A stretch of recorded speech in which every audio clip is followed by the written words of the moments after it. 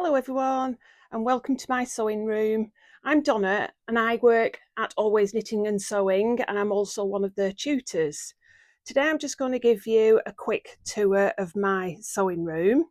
As you can see, it's quite utilitarian. It's not a pretty sewing room. It does what it's meant to do and houses all my collection of sewing machines. As you can see, there is behind me, this is my area where I use my embroidery machine, and I don't use this embroidery machine for general sewing generally. I just use it for embroidery, although it is a normal sewing machine as well. Behind there you can see my spinning wheel, and I have my laptop just there where I can get at it if I need to upload anything to my computer machines. Up here I have all my spinning, weaving machines. That's a drum carder. I've also got a static carder, wool winder, bobbin winder. I do embroidery, and that holds my embroidery hoops. As you can see, I've got quite a few magazines and wool and fabrics, although this is only a fraction of the fabrics I've got. I have baskets with lots of things in. That is all my trimmings and bias bindings, etc. In here I keep bits and bobs. In fact, in this one, this is actually a set of fabrics I've probably had from Always Knitting and Sewing for about 10 years, if not longer. But this is how we used to pack them in days long gone by. And also in this drawer I have the little dress I made as my audition for the Sewing Bee, and my letter from Love Productions thanking me for entering, so that's quite a prized possession. So that's a little bit there.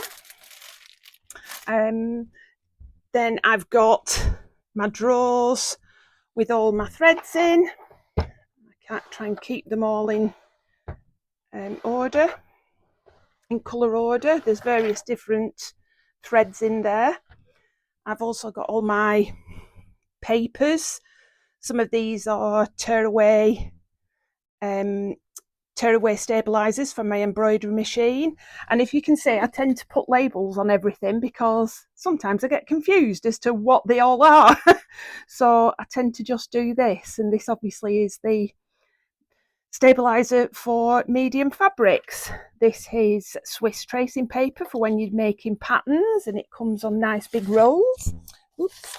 That little basket there is full of all my stabilizers, and there's some freezer paper in there, a bit of wadding, etc. And then in these drawers I've got, because I used to do a lot of card making at one time, I've got all my card making supplies. The mill shop, does anybody remember the mill shop? The paper mill shop. Then moving round, I've got a little trolley. I've got obviously my sewing machine, my ironing board, but I tend to use my ironing mat now, which is down there. That's a little trolley that I can move around depending on what I'm working with. Then here I've got my mega quilter, which is a semi-industrial machine which only does straight stitch, and it does straight stitch really, really well. And if you can see, it's got quite a big throat on it, but that is a heavy metal semi-industrial machine which I tend to do all my straight stitching on. So that's so that's my embroidery machine. That is my straight stitch machine. I've also got lots of card making things up here. There is my first little sewing machine, the little blue one, which I got when I was about 6, I think. And then I have my hand crank machine, which my mum bought me when I was young. And then the one at the back there is a special Singer centenary collector's sewing machine. I've got my green machine for making rivets and putting rivets for bag making. And then that there is a smocking machine, and that will smock fabric ready for you to embroider your details on. As you can see at the moment, I'm set up for filming, so all my filming equipment's up. So that's where I film my tutorials. This is my industrial walking foot machine. This is my second latest edition. I've recently had it serviced. Obviously, they have to come and service this. So that's why there's a little bit of fabric underneath, and I do always suggest that you have your machines serviced regularly. I have got down there my Faff Expression sewing machine.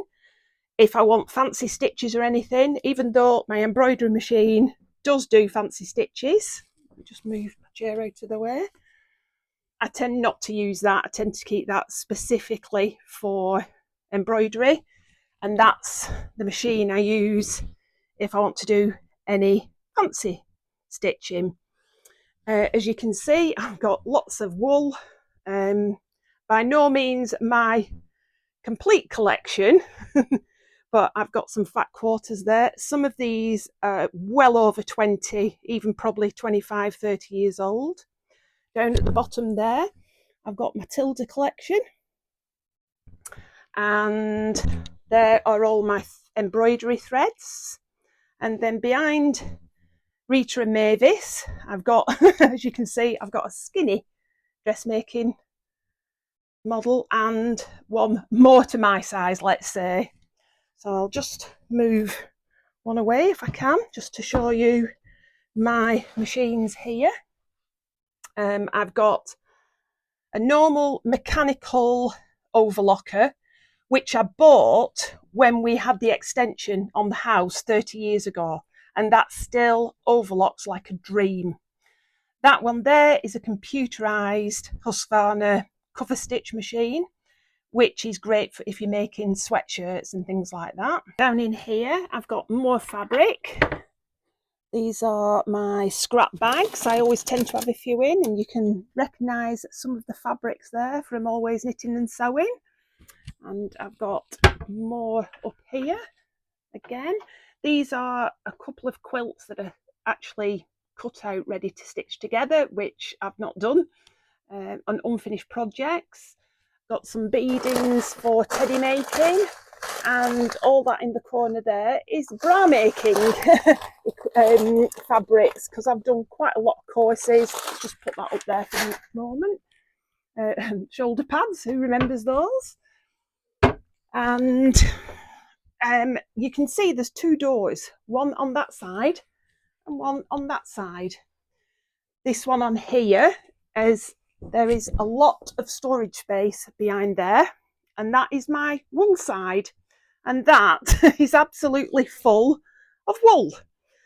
And on that side, that is my fabric side, and that is where I keep my stash of fabrics, the ones that I don't want out in the room. So I've got things, I've got Liberty, I've got Tilda in there, I've got Laura Ashley fabrics, I've got a lot of dressmaking fabrics.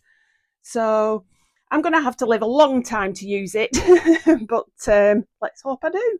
And I just thought I'd get out my little mechanical sewing machine, which is, I think this is about 30 years old, 35 years old.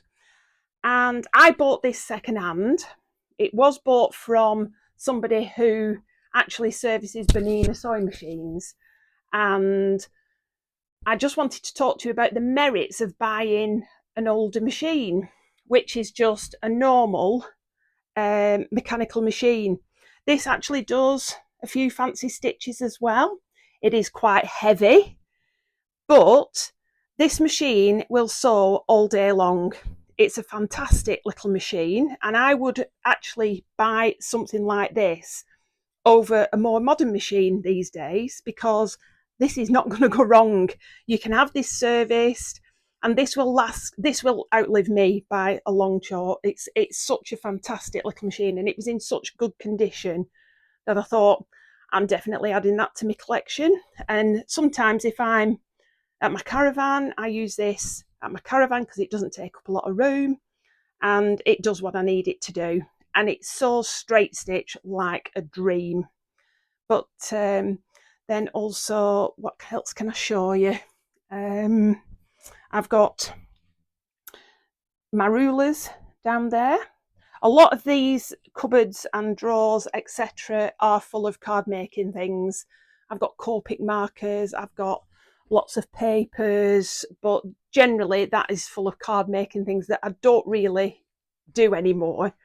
But I can't seem to bring myself to get rid of any of it, but I probably will do shortly. That is my little basket. I put all my little bits and pieces in.